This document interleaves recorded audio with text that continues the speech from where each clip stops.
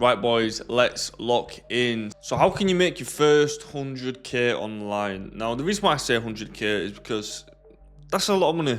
It's a life-changing amount of money. And look, it took me about 2 years, 3 years to get that. I wasn't directly just online. The thing is about making money online, there is steps beforehand that have nothing to do with selling anything on the internet.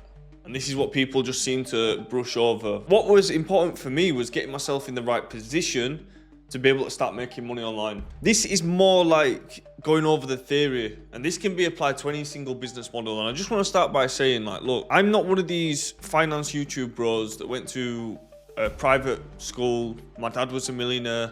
All these type of things, this wasn't me. I came up on market stalls, selling stuff for £1, £2, saving my money, not knowing what to do, doing a lot of work for free, doing a lot of standing in the cold, doing a lot of real gritty hustles until I got up there.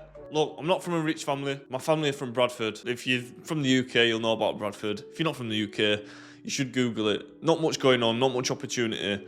And in my blood, I have got greengrocers, sellers, tradesmen, salespeople, selling directly face-to-face to customers, fresh produce. That's where I come from. So for me, naturally, I went into e-commerce because buying and selling it made sense to me. There was a physical product and I knew how to market that product, right? But the few steps that I took to get my first 100k online, I'm going to share with you now. The first point I want to bring up is the time frame. The internet has got people all twisted up. For real, got people all twisted up, including myself. The time frame now has got a lot shorter to see success, right? So you just think about if you were alive back in 1990, or you might have been alive back then, right? If you were 20 years old trying to make money in 1990 and your dad's not a millionaire and you don't have access to the internet and you're from a poor area with not much opportunity and you don't watch on the internet what it's like at all these other places, so you've got no interest to go have a look, or you've got no desire to see any other opportunity because you've never seen or heard of it, tell me, what do you do? Nothing. So you're stuck in this position where you're never really getting anywhere. You're geographically gonna get unlucky. But now what we've got on the internet is we can watch it, we can see it all day long. The caveat to this is it makes you depressed. Yeah, I'm sure you know that yourself. You're looking at it all day long. You know, the time frames of being muddied up. You're watching people and you don't know their backgrounds and you can feel a bit down about yourself and you can feel like you're doing something wrong when in reality you're doing everything right. But what you're trying to do is you're trying to confuse the time frame. Now, time frame is something that you cannot control. When it comes to entrepreneurship, I've been an entrepreneur forever. I have never had a job. I'm 25 years old. So 7, 8 years, I started from literally zero. And let me tell you something about myself. I was never good at anything, really. I had a natural tendency to sell. I sold little bits at school. But I was never intrinsically had any talents, and I didn't have any knowledge, didn't know any rich people, I didn't know anything. So I started at zero. I know what it feels like to be down there. You can alter the time by working more. You know that it's going to take X amount of work to do this one outcome. Yeah, let's say the outcome's 100k. Now, with the time frame, you cannot guarantee this. Now, the more work that you do, the faster you're going to get it, right? It makes sense. If you work 7 days a week compared to 3, well, the person that does 7 days a week is going to get there faster, aren't they? But the problem is, when you've got in your mind, I want to get rich by 22, I want to get rich by 20, I want to do this by then. That's not a measurable goal. And all that's going to do is, it's going to lead you to failure. Because if you do not get that time frame, yeah, which, by the way, you have no idea of. In reality, it's not in your control. When you get there, you're going to feel like shit. Now, what some people do is, they set the time frame, let's say 1 year, to achieve, let's say 100k, which is way too small, right? Now, when they don't hit it, or they maybe make 20k, or they make nothing, because they've not been doing any work, then what they do is, they just think they're not capable, and then they quit. What I want to really drill in here is the fact that you need to have absolutely zero expectations. Zero expectations. So you need to be able to go to work and not even expect to get paid.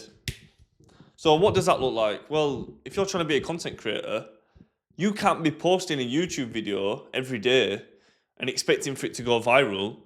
You know that you've just got to post. The market will decide later on. And that's the same thing with being an entrepreneur. Look, I used to work on the market stalls, right? I never knew how much money I was getting paid. I never knew how many people were going to come there. I never knew how long I had to be there.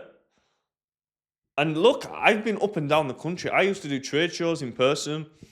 I once went to Scotland, Glasgow, from Bradford, right? So 6-hour trip, paid for hotel, accommodation, 4 members of staff.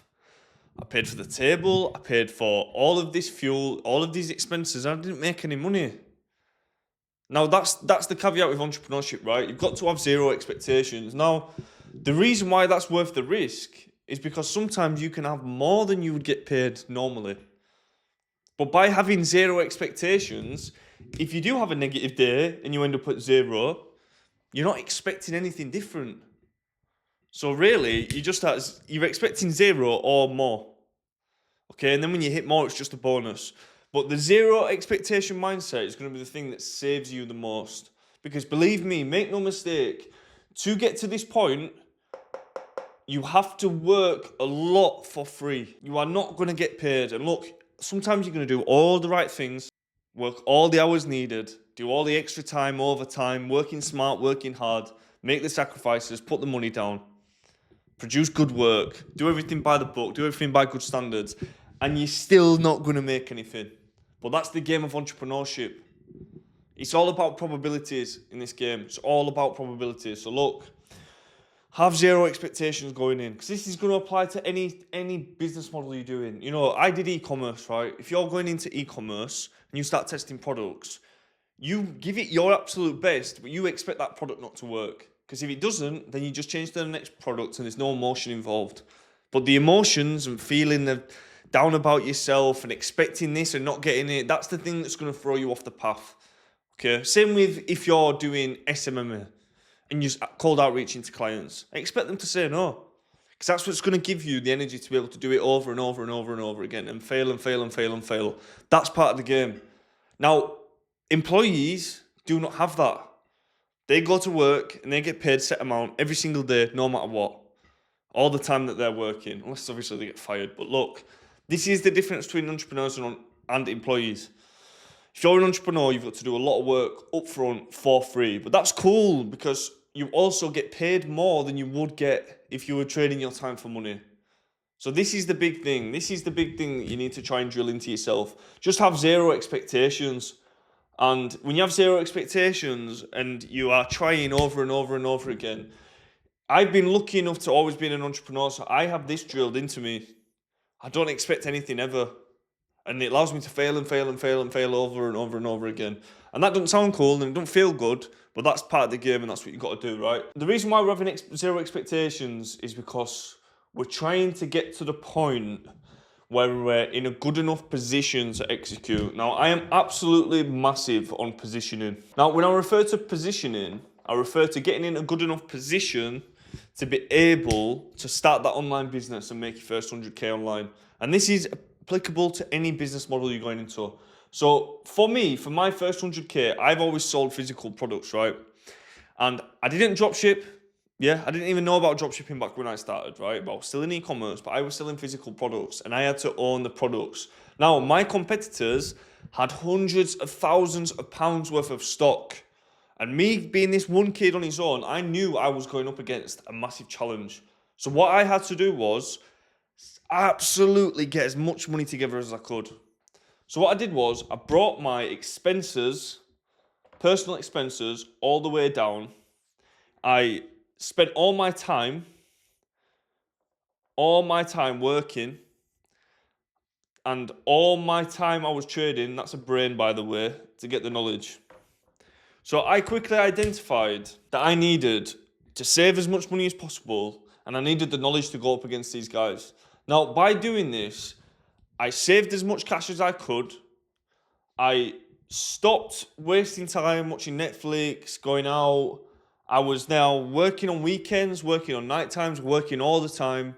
And basically, I was removing things from my life and adding all my energy and finances together to go towards this one goal, because I needed a lot of money's worth of stock. Now, what this did was, this put me in the position to be able to execute for that specific business. So if I was in a job in a 9 to 5 right now, if I was in a 9 to 5, I would be asking myself, how can I put myself in a good enough position to be able to start that online business? So let's just take e-commerce for an example. So if you're asking yourself, I have no knowledge on e-commerce, no knowledge, I have no time because of my job to be able to do that e-commerce business, and I have no finances. Now, if I've got a 9 to 5, then I've got to reverse engineer my lifestyle in order to be aligned with my goal. Now, my goal is $100,000 online, but I've got to look at my finances, look at my time, and look at my knowledge to see how I can position them to benefit me for leaving the 9 to 5 with e-commerce. So what could I do? Well, if I was in a 9 to 5 and I needed more money, well, if I was going through a money stacking period, which I would suggest, monk mode, whatever you want to call it, the reason why you need to save the money is because you need money for the business, and ultimately you need to get to the point where you've got enough savings to where you can actually leave your job. Because when you leave your job, then the time's going to free up. Now, the thing is about each of these, you can trade these off of each other. You can trade time for knowledge, you can trade time for money. You can trade money for knowledge because you buy a course or you can pay an employee. And you can trade money for time because you can pay for someone's time to help you run the business, right? So you've got to identify and try and create each more of these, right? So if I had no money and I was trying to get into a business, well, you need the money for that business. So when I was young, a young kid, I had lots of time and no knowledge. So what I did was I made sure I traded all my time for money. In the beginning, I was working all the time, trying to do every single hustle, getting as much cash together as I could. Now, once I had some cash together and some money to work with, I was then acquiring knowledge. I was swapping my time for knowledge. I no longer had to swap my time for all the cash. I was doing it a lot, but I also knew that I had to start learning things because I need to know what to spend the money on in order to progress, right? People never get up from working a 9 to 5 because what they do is they finish work and they go watch Netflix, or they go to the pub, or they're messing around, they're spending all weekend out, they're going drinking, they're wasting all the time. They're doing the 9 to 5, but the 9 to 5 doesn't align with what they really want, which is the finances and the freedom that comes with having your own business, or potentially comes with having your own business. And they spend all the money. So what they do is they end up swapping the time for money, and then they waste the money, and that's why they don't get anywhere, because there's nothing that you're adding towards getting anywhere with that, right? And because they don't spend after their 9 to 5 gaining any knowledge for the business that they want to do, that's why they never get anywhere.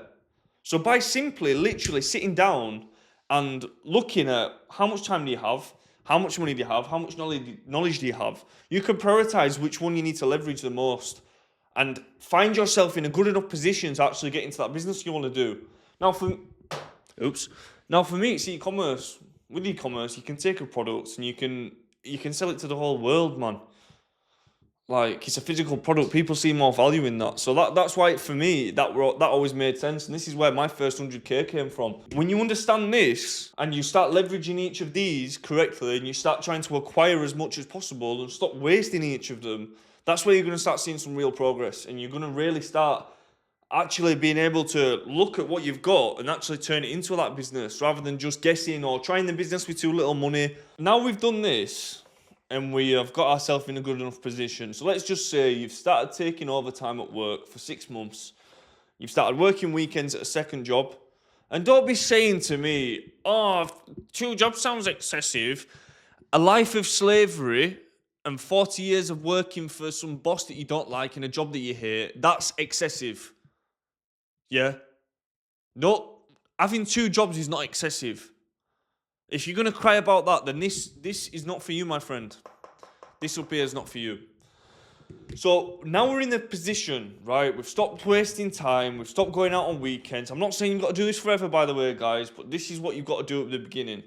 But now we've got some options, because now you know some things and you've got the money saved and you've got the ability to free up some time. Now you've got to choose a business model. So for me, I chose e-commerce. And look, I believe this is a great business model for anybody because at the end of the day, you're building an actual business. Okay, a lot of the things online are not real businesses. You can make money with them, yes, but you can never sell the business. With e-com, you're building an actual business. And what you're also doing is you're gathering sales and skills from everywhere. you're learning a lot of skills in one. And it's not super easy, but you're getting a lot of skills and it can be scaled quite easily. In my opinion, there's no business model that you can scale faster because you can be going and making money tomorrow if you get an ad that's going right. If you get a good advertisement that's paying off and a good product, you can make money fast with it. Like, you've got a time delay with acquiring clients, and I appreciate you don't have to put as much money in if you're doing cold outreach and doing services for people. But with ecom, if you follow these steps right and you get the cash together, you can really start printing some cash with it. Now, choose a business model that's right for you. What do you like? What's your family been into? What have you been doing since you were a kid? You know, have you got any natural skills? Are you good at talking to girls? Can you monetize that? Are you a good chef? Can you do a YouTube channel around that? Just think of these things, right? I went into ecom. Look, I put a lot of time in this before ever working on my personal brand. A personal brand is always going to be daddy, but you've got to be able to choose a business model. But the thing is, people want to choose a business model before they're even in a position to do so. So anybody that's focused on the right things first are now in the good enough position. So what I did was, I'm just going to tell you about the actual way that I earned this. So what I did was, I want to say 17 to 19, I was straight, I'll probably say 17 to 20 actually. 17 to 20, straight hustler. Look, I did every hustle. Not online hustles, working in person, getting my hands dirty. I used to sell cigarettes. I used to go and pick scrap metal up from the side of the road. Any odd jobs people had, I would do. I was flipping stuff all the time, flipping stuff on eBay. I was growing Instagram accounts. I was making money. I was printing cash, man. But the thing is, I was not doing something that was scalable. And I was like in busy idiot mode because I was just hustling all the time. That's not the position you want to be in, but that is what I did. Now, I don't regret doing this, but I did it for too long. This is what you should do just to get the initial bit of cash together. But what I started doing was, I was doing all types of hustling here. Now, I want to say from 18 to 20, I was niching down. I was niching down on one type of product. Now, because I was niching down on one type of product, I was able to get a brand together. And I really grew it locally. I had thousands of people watching the stories of products I was selling, and I would go drop it off, and I was unbelievably printing cash. Like local drop-offs. I would drive to the dodgiest estate I've never been to in Bradford, and I would go and just jump in this guy's car, and he would give me thousands of pounds for clothing and shoes, and then I'd chip. That's just what I did. But the thing is, because I niched down, I then got some options to actually start a business with it. So then I made a brand. And the thing is about the brand, this was from 20 to this year when I sold it, I grew organically first. Because I grew organically on Instagram, it gave me the chance to grow without putting the cash down. Now, this is the best for any type of business that you're going to start, right? If you've got the idea for a business, start growing organically because it's way less risk. It would be impossible for me, how much money I started with, to start with paid ads because I had no cash whatsoever. So I had to start organically. Now, I didn't start organically because I had the intention to start organically. I started organically because I had to. But this is the best option because the thing is, if you build a brand organically, as soon as you start putting some cash into that brand on paid ads, what you're going to find is you're going to find the base is built correctly. And you're going to have the paid traffic and the organic traffic combined, which are going to work together nicely, and they're going to basically make your advertising more profitable. So by the time you turn that tap on the cash, on the advertising, it's going to start printing cash for you. Now, I did this by accident, but it works, and it's the best way, and this is the best way for any business. Start building organically. If you can do cold outreach, if you can do YouTube, Instagram, whatever it is, start doing that. And with that, all the best. I'll see you next time. Subscribe to the channel down below.